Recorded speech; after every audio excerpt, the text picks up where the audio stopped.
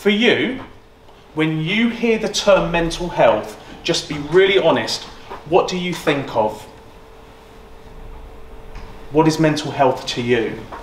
Psychological well-being. Psychological well-being, I really like that, thank you. I like threes, by the way. Excellent. I like threes. Let's see if we get 2 more answers for that, please. Emotional stability. Emotional stability, that's really good. I like that. Emotional stability.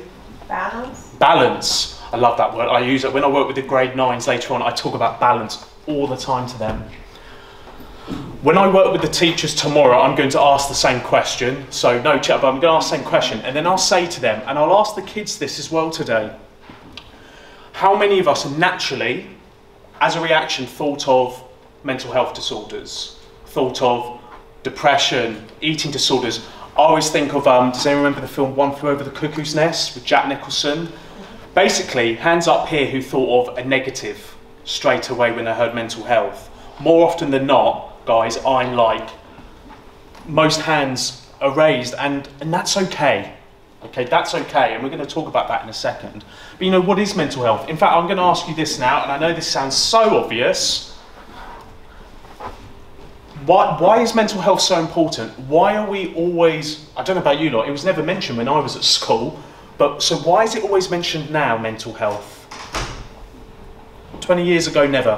Why is it so important now? Yes, please. I think possibly because in this day and age we're having a lot of information overload. We've got access to a lot more information and a lot more devices and things than what we used to have in the past, and it's very difficult, I think, for the mind to cope with the information that's coming in and sort out what is fact, what is you know, what is relevant, what is not relevant, and there's so many things that can distract you that you then find you lose time and procrastinate and can't get everything done. But we're also dealing with the whole change in situation. There's a lot more health issues with corona and stuff, so you've got factors coming from all sides bombarding, and the mind doesn't really know sometimes how to cope with everything. Brilliant, thank you so much for that. I mean, consider it like a boxing bag. It used to be maybe my old man's generation, so my father, there's a slip up, my father's generation, maybe only 1 or 2 things were hitting that boxing bag at a time. For these kids, blimey, it's 5 or 6 things at least are hitting them at all times, and it's like, hang on, what do I focus on first? So absolutely, and look, you know, I'll go to the kids this afternoon after this and this afternoon and say, right, hands up who has mental health. Now, I don't know about you lot, when I was their age, how old are they, 14?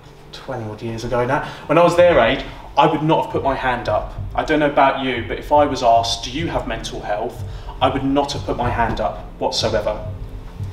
Because for me, mental health was negative. It denoted illness. Yet if I ask those kids this afternoon who here has physical health, well, they'll all put their hands up because they'll all say, well, I've got a body, I've got muscles, I've got organs, I've got skin, I've got hair, I've got this, that and the other. But you know, what is mental health? Well, it's our well-being, I love that word. It's our psychological, it's our emotional, it's our social well-being. People with poor social well-being cannot function as well, and we're going to discuss that later. But our mental health, it affects how we think, how we feel, how we act. It's how we handle stress. I'm actually going to talk about stress later. Stress is really useful. In certain doses though, okay? We all know that in certain doses. It's how we relate to others. We are pack animals. I don't know about you, I sometimes like that kind of, like, what, you know, alone time now and then. You know, I think a few weeks ago I went to see a film middle of the day, didn't have work that day, so I walked by the cinema, I thought, yeah, I'll go watch it. That's usually quite a social thing, but we like our alone time, but we are pack animals, so we do need to learn how to relate to others, how to communicate, how to, and I love this, in the counselling training we do, how to have endings with people. Ending relationships is very healthy, and not all relationships that end, and I don't mean partners breaking up, I mean when these kids leave the school and go off to college, or they move countries, or, you know, or naturally you grow apart from friends as you get older. It can be done in a healthy way. And also lastly, how we make choices. So I specialise, don't judge me too harshly today, I've come from a snapped Achilles at the moment. I work particularly with people with eating disorders. And you know, when your mental health is poor, you make poor choices with food. When we're very tired, we make poor choices with food. We make poor choices with how we talk to people. It's, good luck to me this afternoon, it's noticeable that in lots of schools, more of the trouble that might occur amongst the children happens on Thursday afternoon. Because it's the end of the week almost, you know, yeah, good luck to me, they'll be all right. But you know, when you're tired, when you're agitated, how about that idea of when you're hangry? We heard that, you know, yeah. And we make, right, okay. And this big part, we've all got it. We've all got mental health. Now, mental health has always been around. I'm a classics teacher by trade, so you think of those ancient Greeks, healthy body and a healthy mind. They understood it. This has always been around. If I can, please forgive me, big football fan here. The Brazilians, when they used to win all those World Cups, it wasn't just because they had Pele and Socrates and all that, it's because they had a sports psychologist.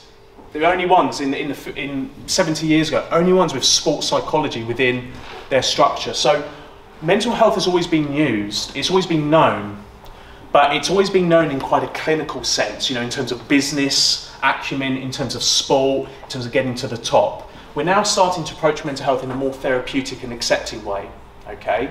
I love that quote by, say it to the kids later on, about Bruce Lee. He says about like water, you know, and he said it can flow or it can crash. I think very often we've seen mental health as a crashing idea. Yeah, come on, get to the top, grit, you know, keep going. Whereas now we're understanding that it can flow too. So listen, we're not going to go through mental illnesses today, but of course there's a Q&A at the end if you wish to ask things and you don't feel you need to ask in confidence, we can discuss it. Mental illness is very, very broad. Depression, anxiety are known as common mental health problems. Eating disorders, psychosis, perhaps you've heard of schizophrenia, they're complex, okay? But mental illnesses, they can cause us to have thought changes, our emotions, our behaviours, our relationships with others get impacted. Okay, they're associated with distress, and they stop people from functioning in day-to-day lives. Some of my clients I work with, even us just getting them to wake up and even just wash their face with a flannel, that's a big tick, because perhaps they're going through severe depression and they couldn't even do that. Mental illness is treatable, however. Obviously we've got two counsellors at the back, they would attest this as well. Mental illness is treatable.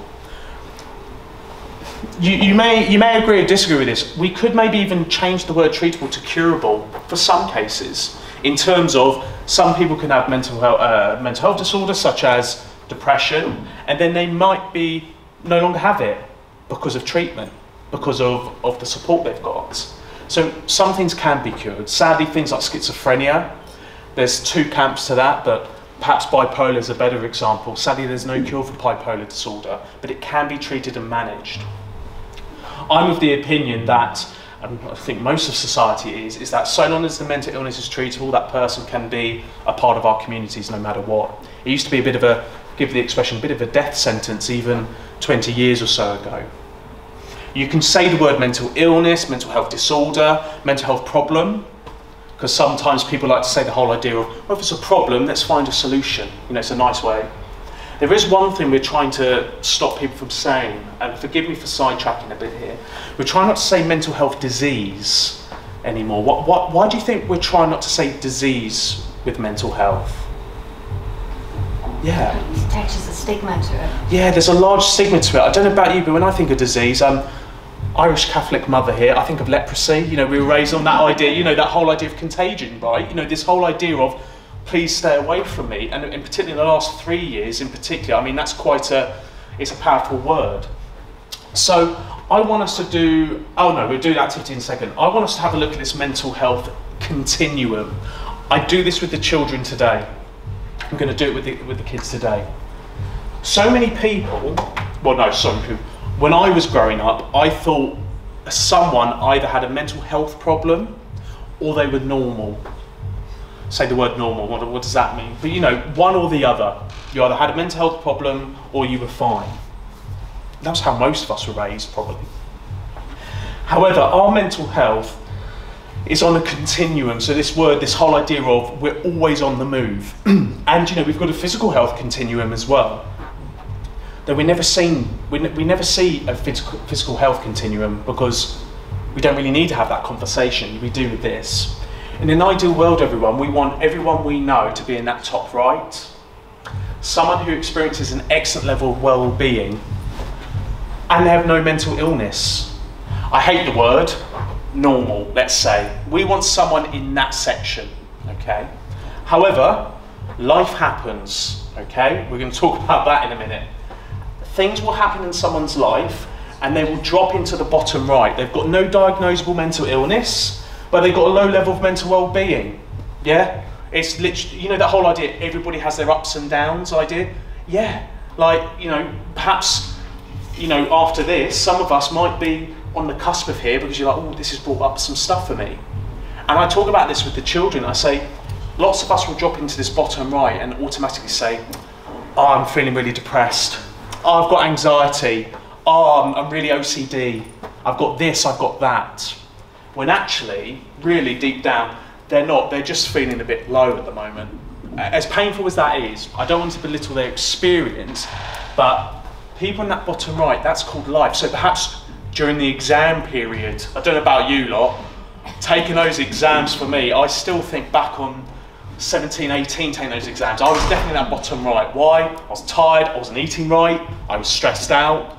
You know, my sisters were, you know, annoying as they do. You know, you've got lots of different things going on. And it's really important that people understand that you can go up and down. And we're going to discuss later what we can do, what the school does, what counsellors do. But I talk to the kids later about this. The most important thing is what they can do. Taking some ownership in their well-being to get themselves back up there. But sadly, if people are either in here for too long and they go unmonitored or no intervention, or perhaps, you know, we'll talk about this later, they might automatically have a mental health disorder. They end up seeing a doctor, let's say, so forgive me, I'm just going to use simple vernacular. They go see a doctor who can diagnose them. I'm a therapeutic counsellor. I train other people to be counsellors. And the first thing I say to them in that first session, what can't we do, team? Well, we can't diagnose and we can't recommend medication.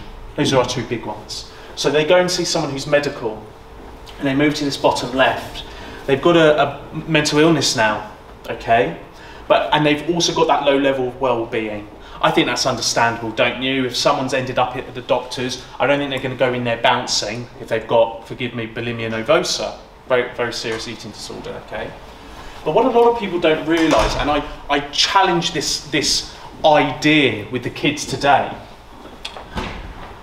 that actually someone can move from that bottom left to the top left. So someone, regardless of having a mental illness, actually experiences an excellent level of well-being. For me, growing up, that would have seemed incredibly contradictory. How can someone have depression? How can someone have bulimia? How can someone have bipolar disorder and yet have an excellent level of mental well-being? It seems so against each other. So my question to you lot is this. Is this answer always the best? I used to say to the kids, keep it simple. How can someone have a mental health disorder and yet have excellent well-being? Yeah, go. Because they're getting treatment. Big one for me, they're having treatment. So if I had and I said to the kids today, if I had a broken leg, I'm going to need surgery, I'm going to need a cast, I'm going to maybe go see a physio, you know, in the return. Painkillers, if I've broken a bone in my Achilles, I was like, please, whatever will numb it. They must have some form of treatment. For me, I'm going to be a bit cheeky here. I'm going to be a bit cheeky. Therapeutic treatment is the way to go first. Try to go therapeutic. So what Sarah and Shruti do, you know, this whole idea of sitting down and actually talking about this. I'm not anti-clinical. You know, don't get me wrong, if someone's got bipolar disorder, yes, absolutely, they must go clinical. But I'm just saying for the first part, law of averages, particularly for young people, let's talk about it first, okay? So they must have some form of therapy, absolutely. What else do you think they need? Support system. Support system, spot on. Look, when I was a teacher and one of my colleagues went for counselling, now look, it's not like I'm going to the dentist where, like, if anyone asks, you're happy to say, but there were a few of us who worked within the department that knew that he needed to go for 50 minutes a week. So he needed to feel supported by us. You know, that whole idea of, so he's got enough stuff going on that last thing he wants to do is feel guilty or shame that he's going. So we give him that support. Family support is a big one. You know, as an eating disorder specialist, sometimes the family needs therapy as well. Like, as a group dynamic, not for shame or guilt, no blame here, but because it's a family environment. Thank you. What else? What else do you think they need for an excellent well-being? Some strategies. Strategies, yeah. How to deal with the problem. Right, because sometimes they can't just go and call up the counsellor. Why do they only have 50 minutes with me a week? Well, because you can't have too much. It's like going to the dentist. If you go to the dentist every blooming week, you're going to actually do more harm than good. And also, what's the whole point of therapy? To get you to a place where you can function without the need of support. So it's not like, no, come on, get on with it. It's a, I'm here for support, but let's put in those strategies. Thank you so much. And anything else? Sports. Sports. Yeah, so sports.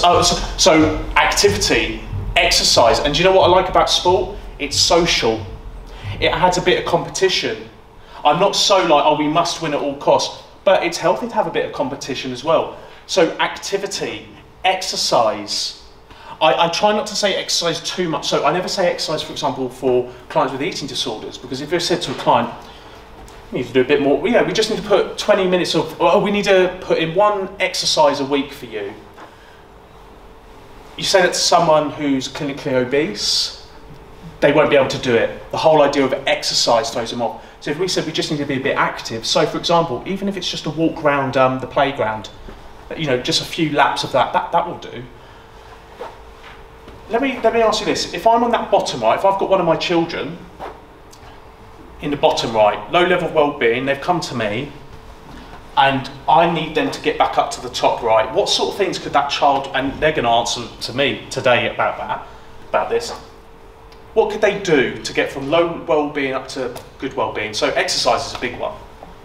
Activity. Yes, please. Sleep enough. Sleep. Okay, when I talk to the kid, they're going to come back. If any of your kids are grown up, they're going to come back and moan about this, because I'm going to talk to them. Right, sleep deprivation. It's the first form of torture. It really is. To not sleep is the first form of torture. And I'll say to the kids today, how many of you get told not to look at that screen before you go to bed? And they're all going to roll their eyes, they're all going to moan and groan. And I'm like, yeah, but everyone, like, we all do it, all adults as well. Like, we all do it. Even if the screen's 5 feet away, it's not just the screen, it's also, what are we watching? If you're watching like a new action film or something, it's in your brain and you're going to sleep looking at it. Brilliant. So sleep's a big one for me. What else? Social interaction. Social interaction. Like I said, and these last 3 years, goodness me, isolation. Well, I don't know, I think the kids have been, I don't know about you, kids, would I have coped the way that they have? No. I think they've been absolutely fantastic. So social interaction, us not forcing it, but saying, and it's not that, oh, you need to get out of your room more, because that's the wrong way of saying it, but that whole idea of socialising, absolutely. Let's get one more in. Outdoor time. Outdoor time, yeah. I always say to kids, computer games and that's fine, balance, I use the word balance, computer games fine. I said, but if you're playing football in your computer game, and you like football, couldn't you go out to the park and play a bit? Like, you know, ride your, I don't know about you lot, I was on my bike all the time growing up. Different generation, I know. So great. Another one for me, nutrition. Never use the word diet. I hate that word. I hate that.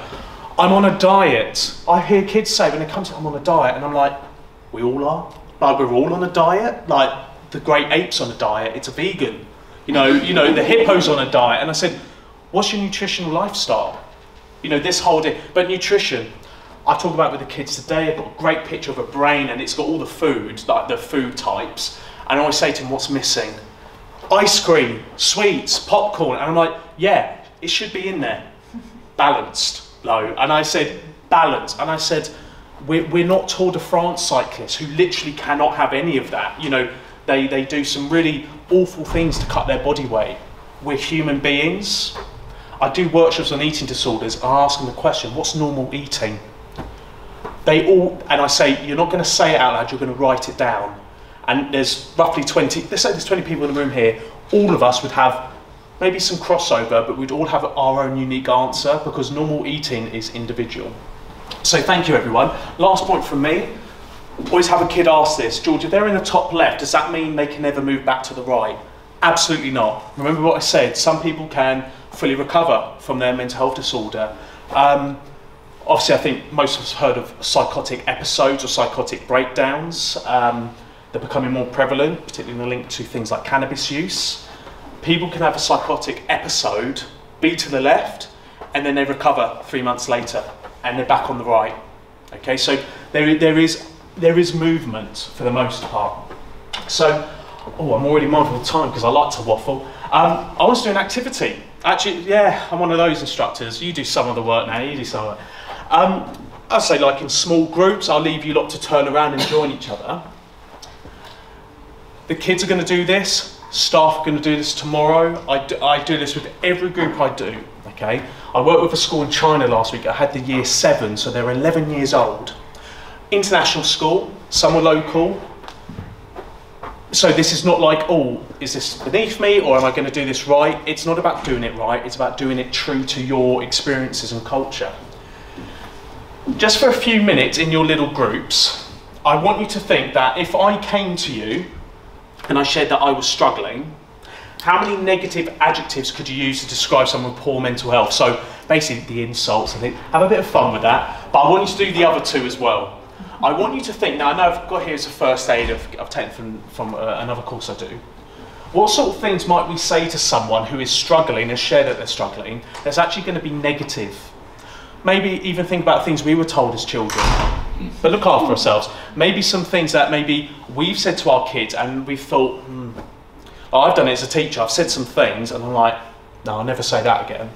But this third one's a real stretcher, and it's, okay, I won't, it's kind of like I try to trick the kids, saying no one gets an answer in this, and then the kids will go to that one. Think about this, have we ever said something which is well-intentioned to someone who is struggling? It's well-intentioned, but actually it's not helpful. Remember, if someone comes and shares that they're struggling and they're in distress, I did it only the other day with my eldest niece and I had to correct myself, okay? And I'll share my answer in a moment. So just for a few minutes, and you might be thinking, oh George, this is bizarre. Some of the answers I've got, I'd never say this. That's not the point. It's about what people do say, okay? Be kind to yourselves if you come up with a lot of answers, because I do. I come up with loads for this. So just for 3 minutes, in fact, just under 3 minutes, just because I'm mindful of time, okay? So as a teacher, I'm going to trust you lot just to put yourselves in little groups and just have a little conversation, okay? I do apologise, but I should have said this. I'm mindful that we're doing this in English as well. I really do apologise for that, but perhaps you've got your own expressions in your mother tongue as well. But let's do negatives. We can have a laugh about it. There was more laughter in the first conversation than the second. We're being non-judgmental. So let's go to some negative answers straight away. Get over it. Get over it. Hear that a lot. Pull yourself together. Pull yourself together. Stop moaning. Stop moaning. We have to, are you crazy? Are you crazy? So that's my very first word for this, crazy. Yeah, are you crazy? Brilliant, that's one I think of. You're lazy, disorganized. You're lazy, disorganized. How many of my clients with depression self-label themselves as lazy? And I almost want to, you're not lazy, it's the depression. Like you know you want to get up and have a shower, play with your mates, do this and that. It's what's going on for you. Brilliant. All the kids label themselves as stupid. Oh, stupid. Well, I'm going to talk about this in a minute about separating behaviour from the person. There's no such thing as a naughty child. I was technically a naughty child. No, I wasn't. I was a child that did naughty things. Because I always had moments like when I was good as well. I was cheeky. I was the youngest out of 3, 2 older sisters. Of course, the little boy has to be the naughty one. What about well-intentioned? Comparing to other people. Comparing to others, so you're trying to boost them up to say, look, they're all worse. Yeah, well, hang on, you've got this and you've got that. Yeah, it's a big one. The kids, for this one, when I say some answers that the kids don't say, they will have an angry, like, oh yeah, I've heard that before. Because they'll be like, oh, but it's amazing how many of these are so well intentioned, and they'll say it themselves. George, I probably said this to my friend yesterday on WhatsApp, and I'm like, yeah, let's keep going. Yeah, probably. I'll share my one with my niece in a moment. Anything else, team? Don't worry, this will pass. Don't worry. So I said that to my niece the other day. Don't worry. Why is that? Even though it's well intentioned, Why is that actually negative, telling someone, don't worry? Not constructive There's- feedback, because they're already worrying, so they're not just suddenly going to stop worrying. Right, exactly. It's like kind of saying to, like, it's like saying to someone with an eating disorder, just eat more. You know, do you know what I mean? Or eat less. You know, it's like, it's actually, let's take note of this worry, because you're worried about something. You know, and I say it to the kids, I said, it's like saying someone who's at top of Mount Everest, stop breathing so heavily. You know, like to get, and you know what I mean? It's a survival. I'm worried about something. All right, let's check in on that. Now, if there's no noticeable link, without sidetracking too much, could be signs of an anxiety disorder, because again, that's not always so logical. Anything else, team, for negatives? Yeah, I think when you put more responsibility on them by saying, hey, this has such a bad impact on your sibling family. What about your mother? Yeah. What about your father? What about your sister? She's going through her exams at the moment. Yeah, breaks you, doesn't it? So, for example, for me, when someone is at high risk, I won't have been recorded, at high risk disorders, and you say, what about your mum? What would she think? You know, and it's just, but do you know why people say that? Because either they don't know what else to say, they've used every other tool in the arsenal, also, they're becoming sympathetic, and we're going to talk about that later. Being sympathetic is not useful in these situations. Anything else before we move on? You say, come on, it's not that difficult. Come on, it's not that difficult. I know, do me a favour. Like, that's someone I've heard a lot. What about this? Man up. Don't be a girl. You know, things like this. Without being too political, like I worked in all boys' schools. Rugby, so it's a big rugby schools, which is a very rough and tumble sort of idea. And one of the old school teachers used to often say, got to man up. Come on, gents, you've got to man up and roll your sleeves up, pull your socks up and dig in, make them hurt and all that. And I'm just like, is this like a 70s Rocky film? What's going on here? You know? So let's go to positives. I'll show negatives first. Crazy was right in the middle for me, right in the middle. Weak, mad, dangerous. The word dangerous always comes to mind for me. Mental, that's a very British or very London thing. Oh, that's mental, that. You know, that. And we don't mean it as, oh, you're crazy. We mean it's not normal. We've got things like, again, lots of kids might say, George, you know, sometimes the word gay. Oh, you're so gay, you're so weak, you're such a girl. Lots of stuff to do with gender and sexuality linked up with it. Criminal, insane. In London, if you've ever gone to London, there's beautiful Victorian buildings that all used to be sanatoriums for the insane. So those buildings with the bars on the windows and padded cells and all of this stuff. It will be fine. It's not constructive. Why is it going to be fine? It will be fine because you've come forward and shared it. Now we can, you know, that idea.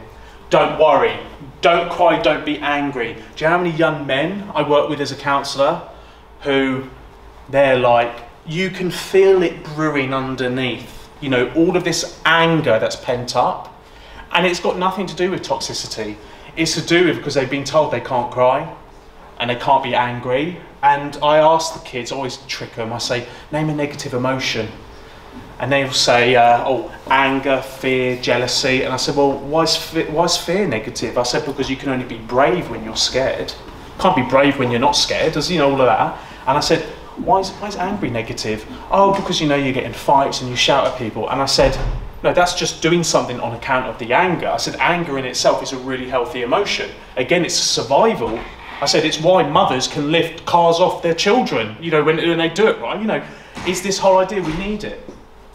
This is what I did in your situation. Counsellors don't tell you what to do. They help you explore options, and they might gently explore a certain option with you, but we can't tell people what to do. Particularly as parents, we can't always they'll come to us. I still sometimes call up my old man and my mum and say, oh, you know, and my dad says, so what do you want from me? Do you want me to tell you what to do, or sounds like you already know what you've got to do? You know, there's this trait within us. We always want mum and dad to tell us what to do. No, there's a time and a place for that. I know, this is one that gets kids groaning. I know exactly how you feel. No, you don't. No, you don't. You know the experience, but you don't know how I feel. People are worse off. there's a war in Ukraine at the moment. That's what a lot of people say. Got a client who shared so much, and then 30 minutes into like a monologue, which is great, please keep talking. And then they said again, oh, but what have I got to complain about? There's a war going on in Ukraine. And I almost like screamed my head off, because I'm just like, not that you've wasted the last 30 minutes, you've just completely invalidated your own experiences.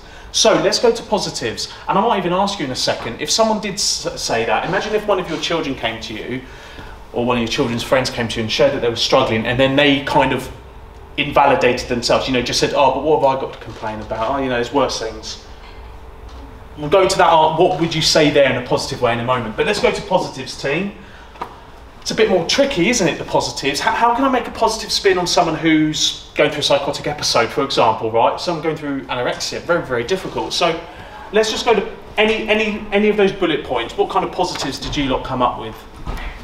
First thing that comes to my mind is not saying the words describing the problem, but let the person describe the problem. Right. Say, I'm listening. Do we need to say much? No, let them do the talking, right? Don't label it, things like this.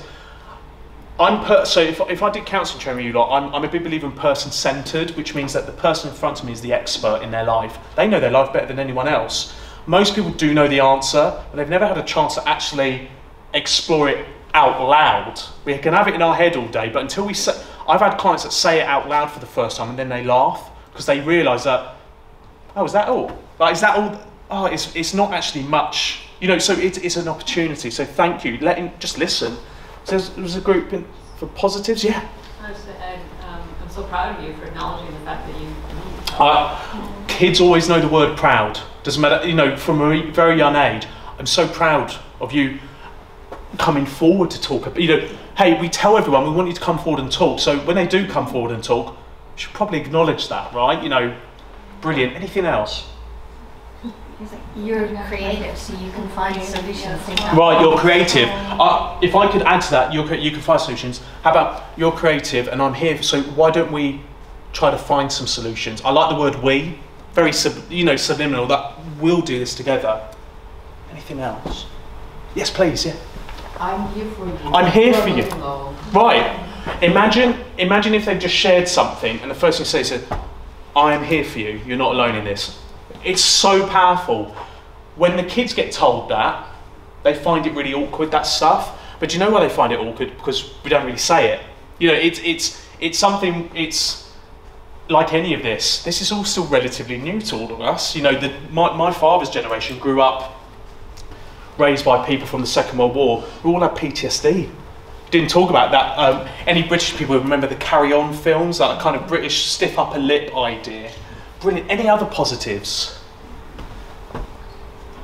Really difficult. It's really blooming difficult, isn't it? To let them know that it's okay to feel the way they are. Brilliant. Can we normalise emotions? I always jokingly say with some of my particularly younger clients, I said, I'm glad you're feeling this way, because if you weren't feeling any emotion, I would jokingly say to one of them, because he watched those Netflix documentaries of those Dharma and all that, I can't get into it, but I always say to him, I said, I'm glad you're feeling this way, because if you weren't, there might be a documentary made about you one day.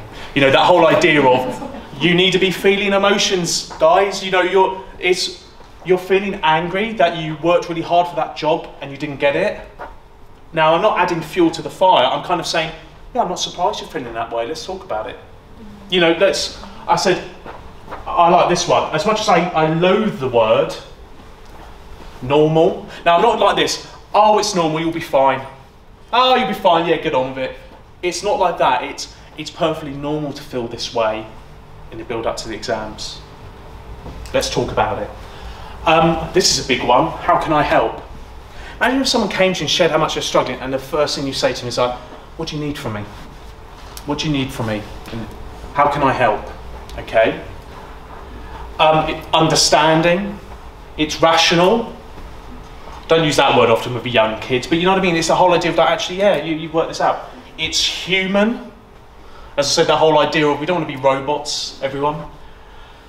I'm really glad you told me. So I run a specific workshop on the highest risk mental health disorder, again, mindful of being recorded. And the video we watch in it, it's a reenactment of two people having a conversation. and it's titled, "I'm Really Glad You Told Me." I like this expression, forgive me, I haven't put it on here. This is important. Kids know that word from a very young age. I got a 3-year-old, 7-year-old, 11-year-old and 13-year-old, all nieces. Rosie, the 7-year-old, since the age of 4 or 5, she'll know the word important. You know, so it's that idea. I can see it hasn't been easy. No wonder, I said, no wonder you're feeling this way. It is understandable to be having these feelings at the moment. And then this one, separate actions from behaviours from the person. Lots of people who are struggling, particularly with mental health disorders, they might carry out deceptive behaviours to hide it from the people they love. And that only fuels the guilt and shame, which then fuels the behaviours even more. I've got lots of clients with guilt because of their eating disorder or harmful behaviours are very deceptive.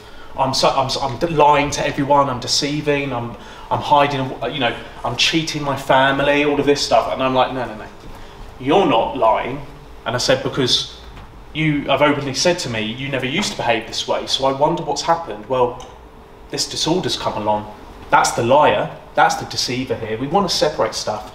And this is my big thing. I'll say it to the kids today. Try not to label, if someone's got a mental health disorder, try not to label them as that. My clients aren't anorexic or bulimic. They're not schizophrenic. For me, they have schizophrenia or they have anorexia. Let's separate stuff. 2 big ones for me, by the way, adjectives: brave, strong, resilient. Sometimes I hate that word, we're going to talk about that today. But the other one is well done and thank you. We all like to be told well done. As you were saying, you know, I'm really proud of you coming forward. Let's say well done to them. Thank you for sharing this with me. I won't take it lightly, this is important. You know, that whole idea. And hey, take a bit of boost to your ego that they've come to you to talk about this. There's nothing wrong with that. You know, thank you for coming to me about this. You know, I'll take this seriously.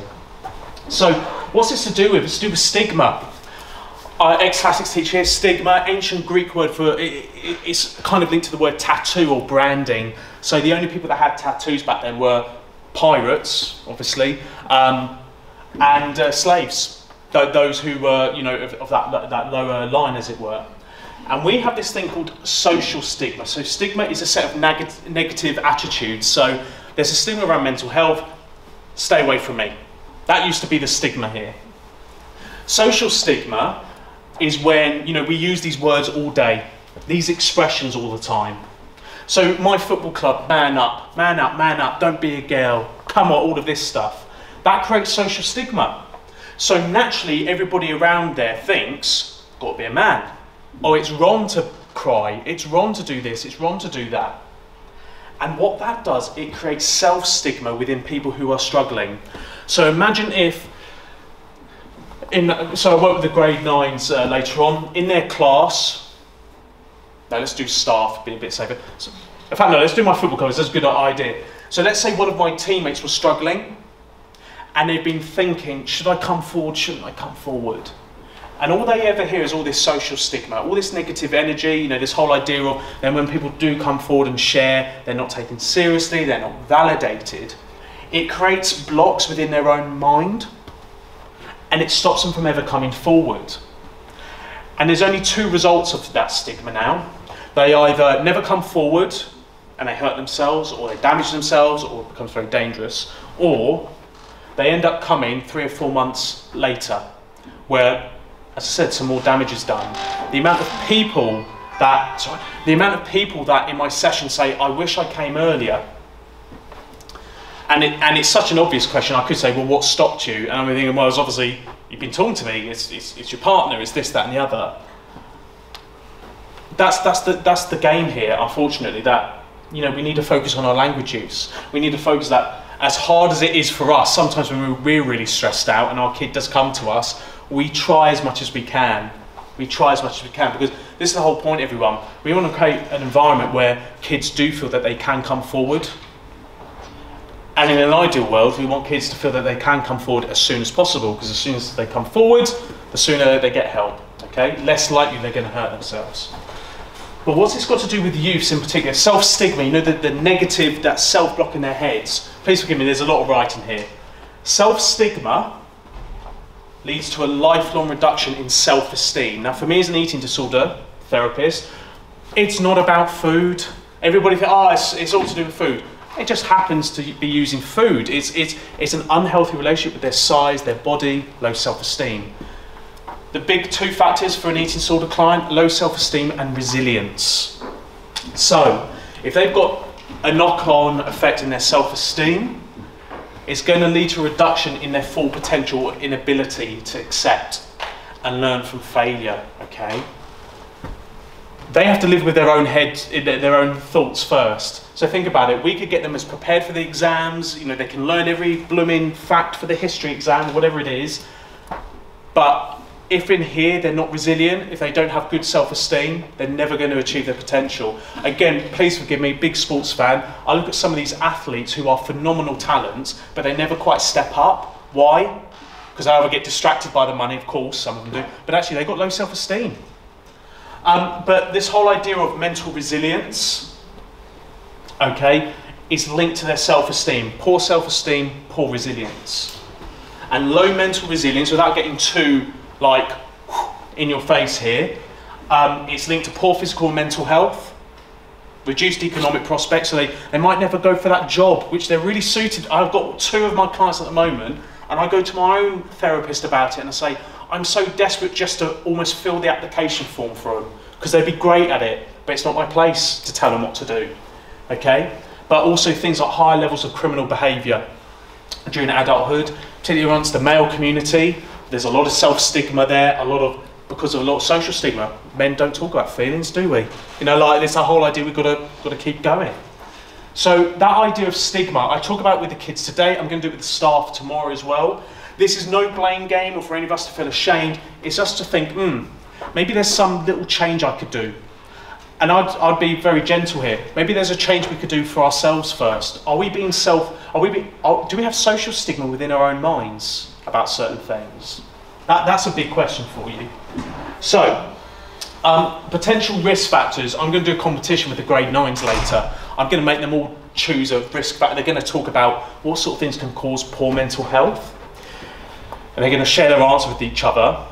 And then they're all going to stand up and I'm going to list them all, and if theirs is mentioned they sit down, and the kids get quite competitive, but it gives them food for thought of these things can impact my mental health. So we're not going to do a competition, mindful of time. Let's really look after ourselves with this. I don't know about you, it's always hard for me when I do this training to not be thinking of, well, for me, ex-students or my nieces or my mother, my father, my sisters, myself, whoever. What do you think are the risk factors for poor mental health amongst children and young people? Poor social activity. Poor social, I like that. Social activity, poor social, yeah, I agree. Social activity is great, but done right, the balance, right? Yeah, done properly. Instagram. So social media, I wondered, I'm surprised it was the second answer. I thought it would be the first, so social media, right? I'm with you. Instagram, TikTok, I sound like an old man about it, but like, I have Instagram, TikTok, my niece shows it to me, and I'm just like, talking about that overload on your brain. Goodness. 10-second things? That's the attention span of well, it's longer than a goldfish, but just about. Anything else? Yes, please. Negativity bias. Negativity? Yes, like kind of distrust. I like that. Wow. I'm going to talk about trust in a minute. Thank you very much. Great answer. Pressure. Pressure. Now look, pressure, I always say this, pressure makes diamonds. I said pressure makes diamonds. I said, but pressure also needs heat, time, patience, and it also needs to be the right kind of pressure. You know what I mean? Like a bit of pressure before you take an exam, great. Overload of pressure? No, absolutely not. Like, right, so it has to be a right balance. Yeah, social pressure. Social pressure. Well, these kids have grown up, oh, I really sound old now. Aren't these kids growing up very fast compared to us lot? You know, like, they know more about the news and politics because it's, you know, it's within a touch of a button. Social pressure. They've got to be a certain thing by the time they finish school. And I'm like, guys, when you're 30, you'll only start working out perhaps who you are. Like, but you're right, they've got these social pressures. Yeah, they grow quickly, but some social capability are not so strong because they don't stay so much together. No. They relate also so much virtually, but it's easy to switch off a button. You cannot switch off a person. I mean, we spend more time with our peer, not in school, but just to play. I agree. And this kind of capability is not there. So communications are so for us, as I said, if we fell out with a friend, you'd have to deal with the consequences, or at least talk it out or learn from it. But as I said, blocked. Yeah. That's not healthy. Now, look, don't get me wrong. Sometimes it's good to block someone if they're dangerous and things like that. But actually, I've got people in my life who they'll block their friends and unblock them a day later, and I'm like, it's like playground-esque. You know, you learn that. Another thing for me is brain development. These kids, some of those kids are going to be bigger than me today, but their brains haven't developed. That's a risk factor. Adolescence, brain chemistry. I mean, all joking aside, boys' brains aren't fully developed till mid-20s. You know, I know we say, oh, boy, but you know, it's an actual biological fact. So there's risk factors there. Can we get a few more? Yeah. A major uncontrollable change, physical change? Yeah, so physical, so going through menstruation, illness, puberty, you got it. Divorce, brilliant. The situation in the world. I mean, the world at the moment, you know, like I said, when those clients come to me and talk about Ukraine, not only the sustainability. Yeah, so I've got children talking about Ukraine. I've got obviously the let's not be too political, but pollution. You know, jobs. You know, I saw it was a great video when I was in the foyer there. It was talking about the ice caps melting, all of these things. And for these children, yeah, they're not in control of that. And it's not so much as, hey, control the stuff in your life. This is such a major thing for them. No, I really appreciate that. Let's get one more in. Think about our kids' lifestyles. Well, when you're talking about 14 and 15-year-olds and 16-year-olds, you have group brutality. Oh, very, very tribal. Can I use that word? It's very tribal, us and them, whereas 20 years ago you could have a differing opinion on, let's say, politics, you still have dinner together. Very, very, thank you very much. And as I said, it's the access to information. You're left, you're right, you're in Britain, Brexit or Remainer. You know, there's, goodness, people literally will ask you that. Vaccinated, unvaccinated. You know, things like this, you know, and it's like, well, goodness me, you know, I never did that. When I was 15, 16, I was going to say typical boy, but all boys school, rugby school, scruffle in the playground, you know, and then you've got your arms around each other and you know, in the next lesson, you know, and it is that idea, yeah, thank you. It's, I think that's communication as well. There's a lot of labeling. Yeah, labelling, oh, yeah. Oh, so I shouldn't roll my eyes there, but yeah, this self-labelling. And I almost want to say, where I was 10 years, I don't know about you, but where I was 10 years ago was very different to where I was 10 years before that. You do adapt and change. I'm going to show them. Look after yourselves though, because you might be thinking, oh goodness me. There's a lot there. There's loads more. Discrimination.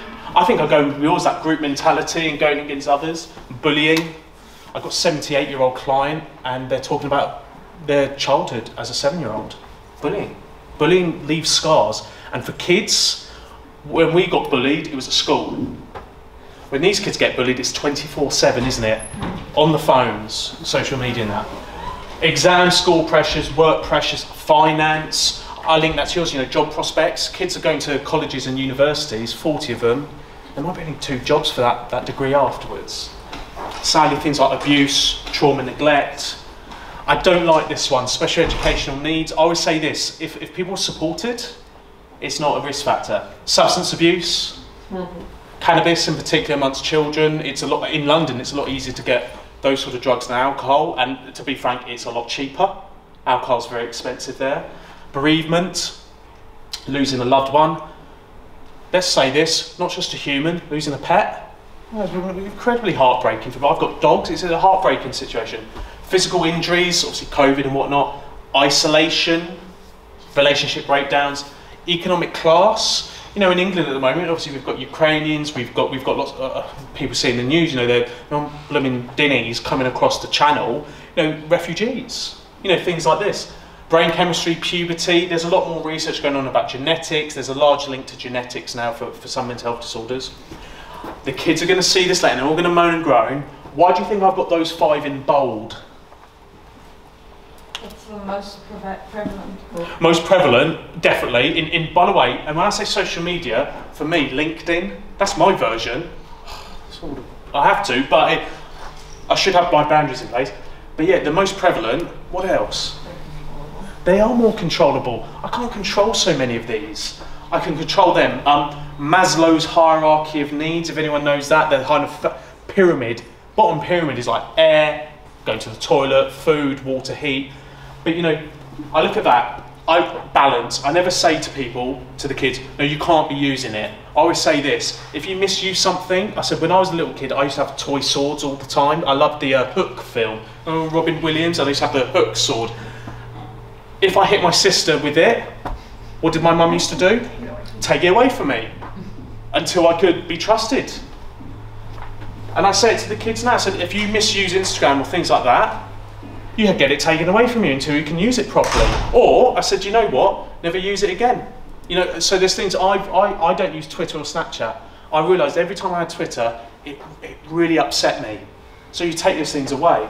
Stress, imbalance, we'll talk about it in a second. Nutrition, imbalance. Sleep deprivation, not imbalance. Get as much sleep as you can. It's just, we need it. And then poor physical health. I've noticed got a worse neck and back for the last 2 years. Why? Because we've been in front of the cameras, you know, for 2 years, right? We are not, it's that whole idea of the evolution. Our spine isn't made for a chair. Our spine is made for movement. So those are risk factors, but I love this picture. Mindful time it. It's a bunch of people blindfolded, and there's an elephant there. What's this story, what's this picture about? So one of them saying it's a fan and grabbing the ear. One of them saying it's a wall and hitting its side. It's about perspective. It's about perspective, brilliant. It's all about perspective, and I want to take this into our last, and please forgive me for my pace for this. Have a full picture. Have the full picture, right, and I will say this, have a full picture. I don't know how they don't know it's an elephant though, please forgive me for that. But it's this, try to get the full picture, but also, when we listen to our children, we'll only get a picture that's from their perspective. We might not get all of it. Now that doesn't mean also we can't trust them, no, not at all. It's for us to also to be a bit nicer to ourselves, say, hang on, I'm not going to go into rescue mode straight away. I need to see what else might be going on. I get the old, I don't know, council might test this. I've got lots of clients where when I work in person, 50-minute sessions for our practice, even on Zoom, and it's called the doorknob confession. So I'm like, right, so thanks very much, Johnny. I said, I'll see you next week. And then I'm leaving the door, and he says, oh yeah, and I'm like, no, I'll see you next week. Lots of our kids will hold back from what's really the issue until the end of a conversation because they want to make sure that they can trust us, you know, and that we're going to take this seriously. That's boundaries for counselling. For us though, as parents, and when I'm an uncle and that, no, if they want to do it, share it right at the end, let them. But please forgive me for this. And for me, I don't ever want to feel like I'm being offensive, patronising, or teaching you to suck eggs. I've taken this from our counselling training. There are 3 characteristics we try to focus on when it comes to listening to someone to build that trust, as you mentioned earlier. I'd like to think that my nieces trust me, but we have a relationship. I'm an uncle, they're my nieces. It's really important for us to understand that we're not our children's best friends. I always say this to people. You could be their best friend when they leave home and they start their own family and they have to pay their own taxes and their own bills and all that. I said, you know, we're their guardians. You know, like when I was a teacher, they weren't my friends. I loved them to bits. They were great kids, but they're not my friends. I said, because I'm their safeguarding responsibility. But we want to have 3 characteristics. The first one's being congruent. I never knew that word until I did counselling training, but it means to be real, to be authentic and genuine, to be honest. Sometimes we need to be saying what they need to hear, not what they want to hear. Okay? Sometimes we need to say it in a certain way. Congruent could even be, and like I said, this less with your own children, maybe with your children's friends, I don't think I'm the right person to support them. I've known them since they were a baby. I've changed their nappies. How can I give them support here? I'm too drawn in. Being congruent is then linked to empathy. Do you remember I said earlier that sympathy is like the thing we can't have here? And I say it to the kids. Kids always get it straight away. Like I ask them, what's the difference between sympathy and empathy? And kid once said to me, sympathy is like if someone fell out of the boat, sympathy is jumping in with them. Now you're both wet and you're both thrashing around. Empathy is leaning in and either pulling them out of the water and noticing the water's there, or noticing the water's there, it's quite deep, I'll throw a dinghy out. I always say, look, if someone had a broken leg, we wouldn't be screaming and shouting with them, would we? We'd be calm, we'd acknowledge that it's quite painful for them. That's empathy. Okay. My counselling tutor, and I've nicked her, I nicked Vicky, she runs our courses as well. She said to me once, she said, Georgie, empathy is wearing someone else's shoes or keeping your own socks on. And I really like that. It's the whole idea of a bit of protection. And it was such a nice expression. I thought, that's it. You know, I feel for you, or I hear you. That's sympathy. Also, if you said that to a kid, I hear you, they'd probably flip a lid, right? And the last one is this, UPR, the art of being non-judgmental. Now, I do not believe this whole idea of that you have to be non-judgmental. That's like, again, telling you not to breathe. We have judgments in our head. That's our reaction.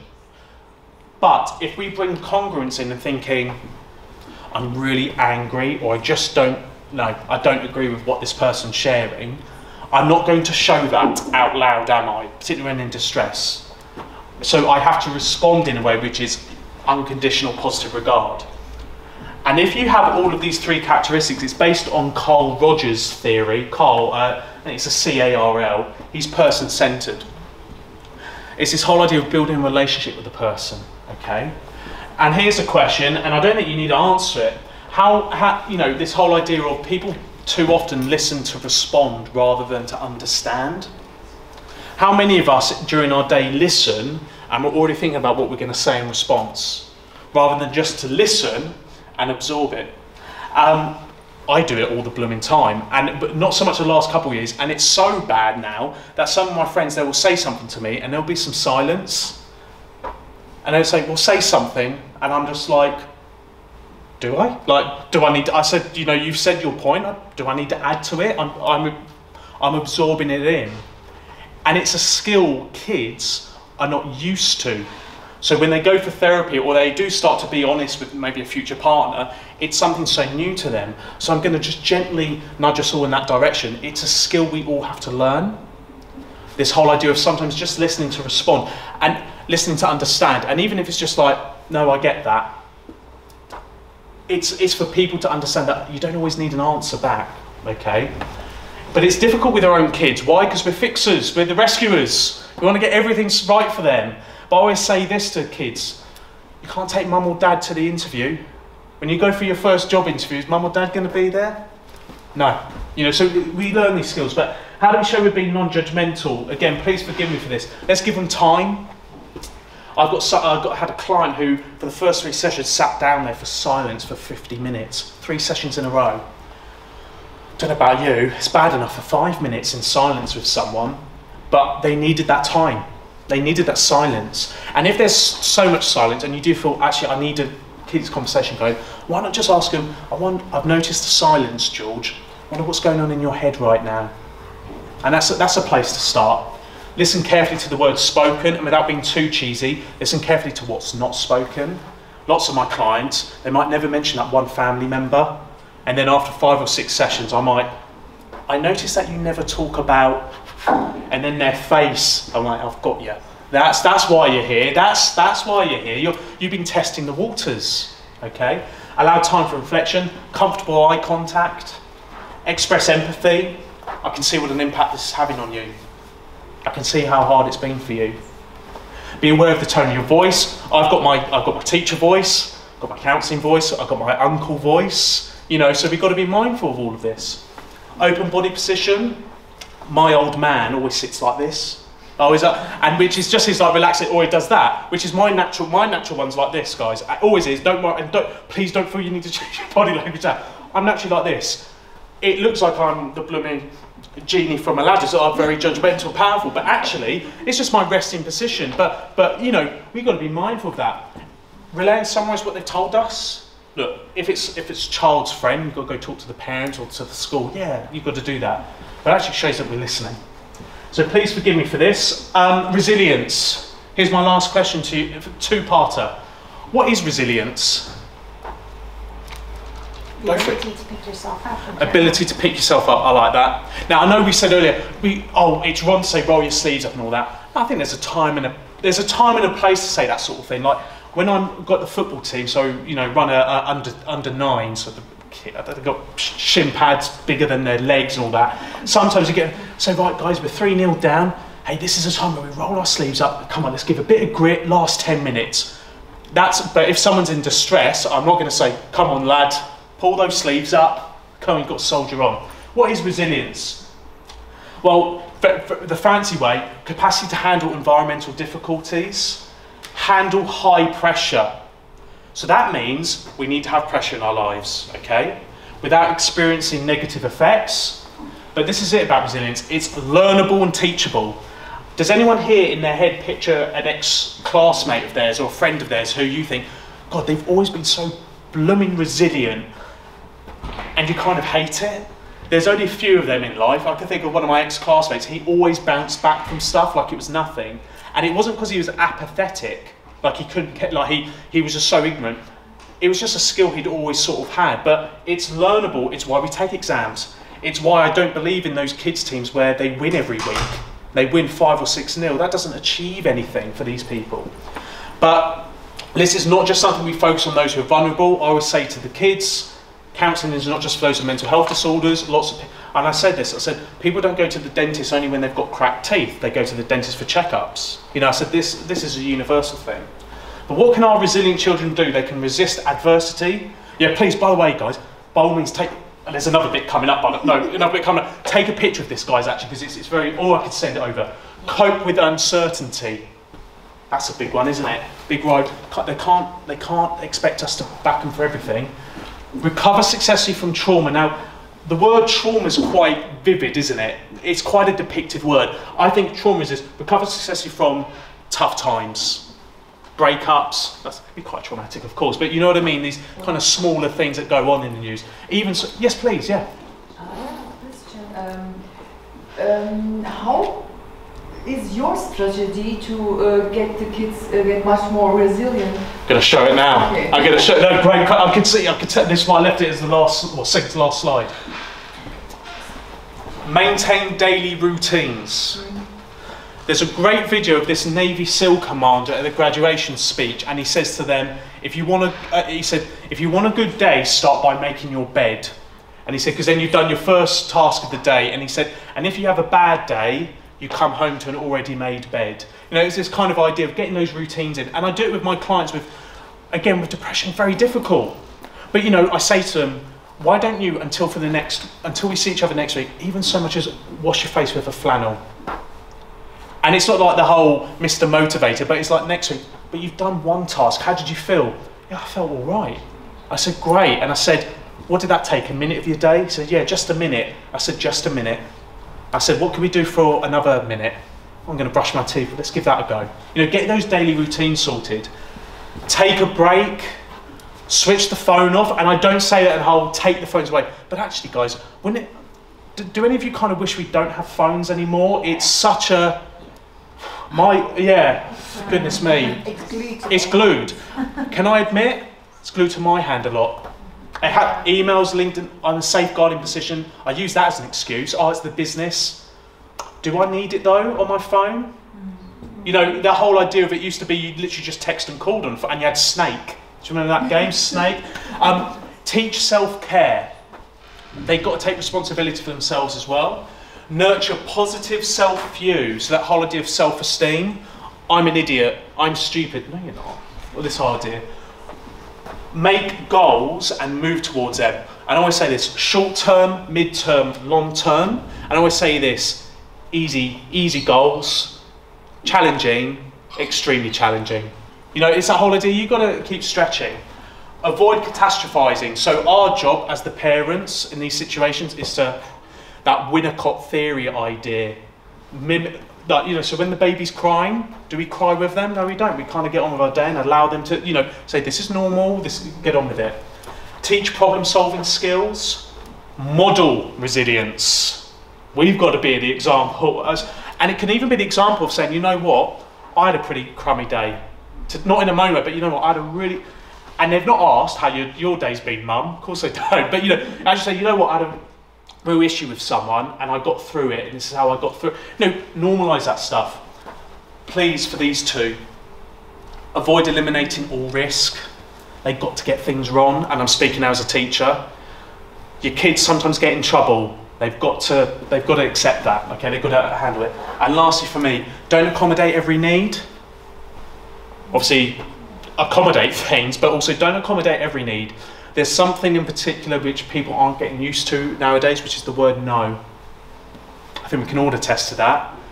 That it does not make us awful adults. It's because we're looking at them through adult eyes thinking, actually, you know what, one day when your boss hires you and tells you to do something, you've got to do it. You know, so you've got to learn that skill of understanding the hierarchy. So this is the last thing from me. I do apologise for the pacing and the time. I will send this over. So I'm happy actually to send all the slides over if need be. I love this. You're talking about resilience, talking about self-care. Do this with your kids. All of you do it. By the way, I also do this one, affirmation jar. So me and my nieces, we all have little post-it notes. We write stuff on it about one of the others, fold it, put it in the affirmation jar, and then when one of my nieces, or even me, have a bit of a rough time, you pick one out, that's got your colour on it, and you read it. So I might say to like my second niece, she's a gymnast.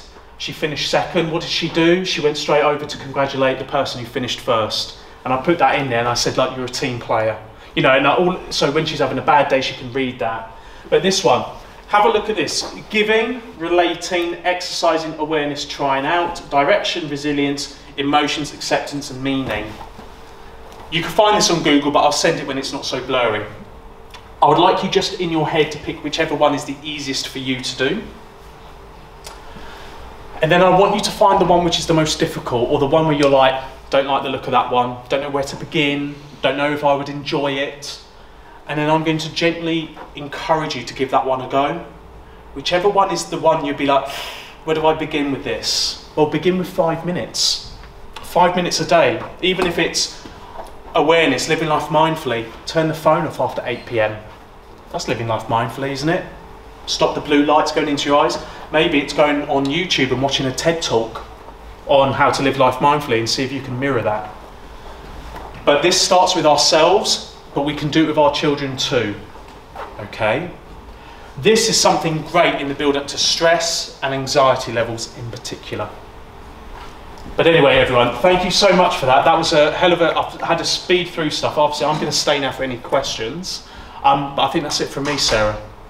Okay.